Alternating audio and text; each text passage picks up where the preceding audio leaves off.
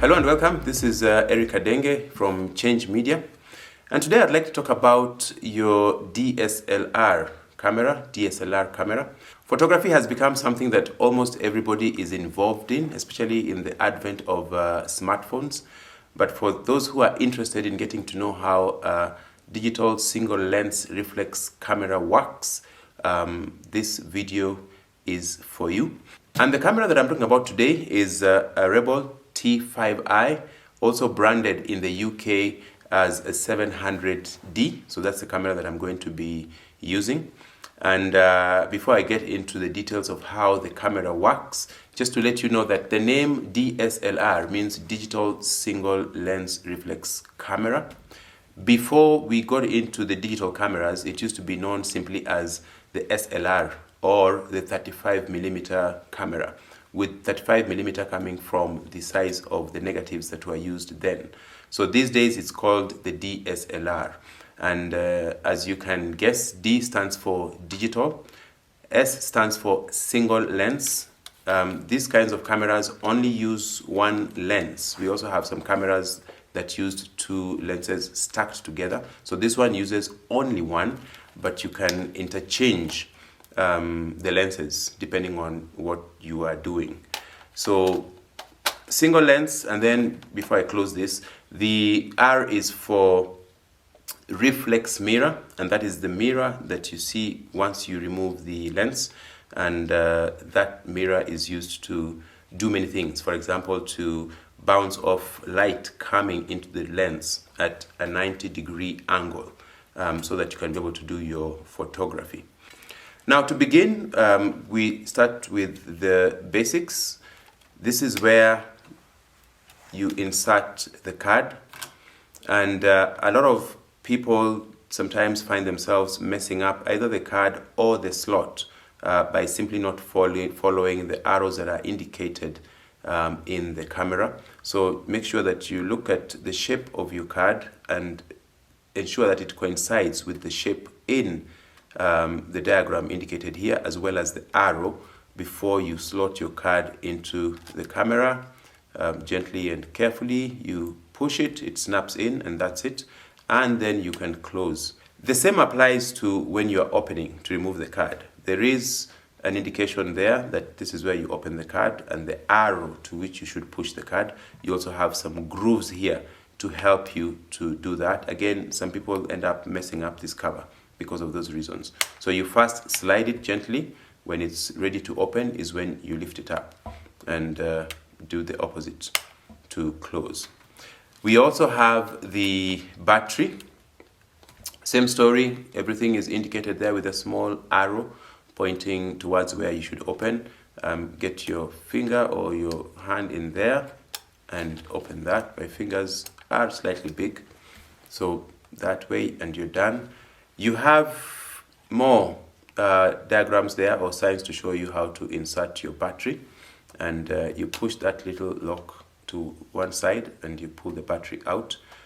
Always face the battery the right way, again as indicated by this diagram. So you put your battery there, press it to lock, and you're ready to go.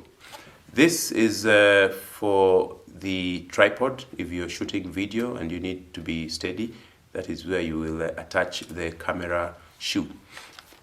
We have other buttons here. For example, this one has your microphone and so on.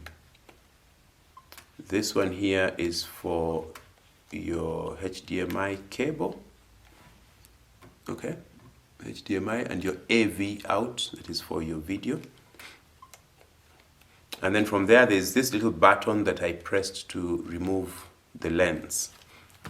So you press it and you turn your lens anti-clockwise. Some camera models do the opposite, where you press and turn clockwise, but for Canons you press and turn anti-clockwise, you remove the lens, press and turn again to the opposite side until it snaps, and you can mount your lens back. Then we have our on and off and video buttons there. So you do that, turn it to the on position and your camera is on. you turn it to the video position, and you can see that the video is on. We also have the lens cap here that you open, again very gently. Make sure that you squeeze these little buttons and it gets open, and you squeeze them a bit to also return the lens cap on. On your lens here, you have the image stabilizer. That is just to assist in getting your image a little bit more stable. You have the automatic and the manual focus buttons, AF and MF.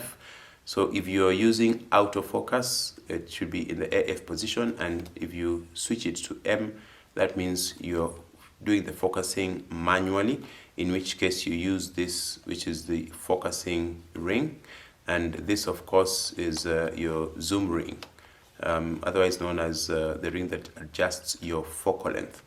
This particular lens is an 18 to 55 millimeter zoom, and usually it comes as a kit lens for your DSLR. On top here we have a few other buttons. This is your main menu that takes you through the various settings that you may need in your photography. I will not be going through all of those today.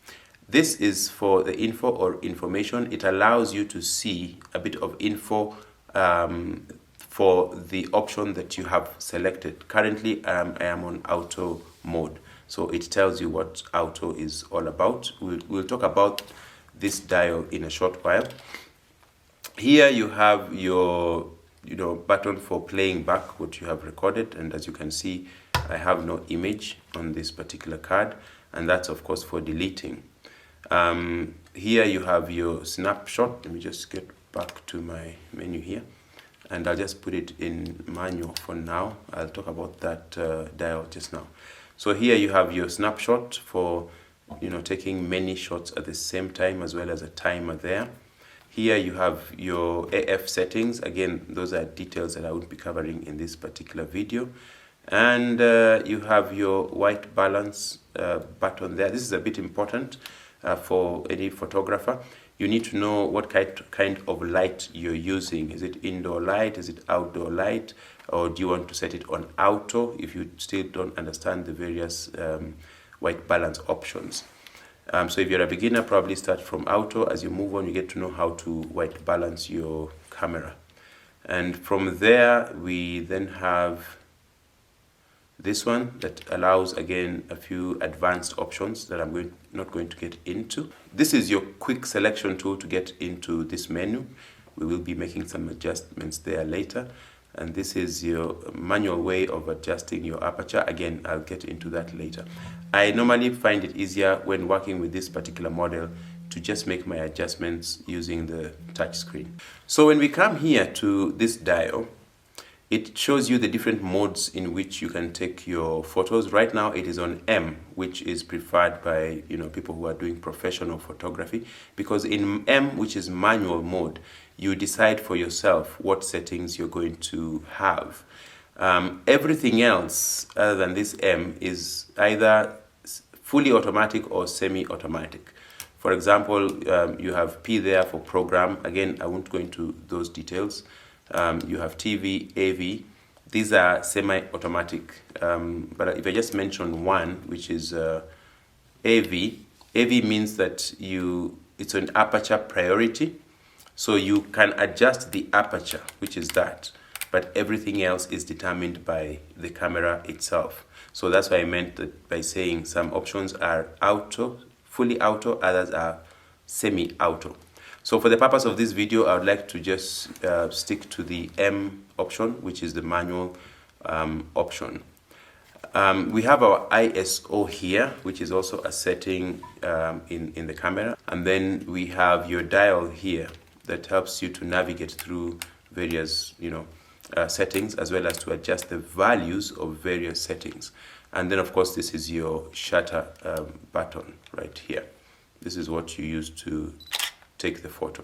Okay, so each time you press the shutter, you take the photo. But also remember that with these cameras, especially when you're in autofocus, you press halfway to focus and you will hear a beep sound, and then you press all the way to take the photo. So when you're in out of focus, you press halfway and then all the way.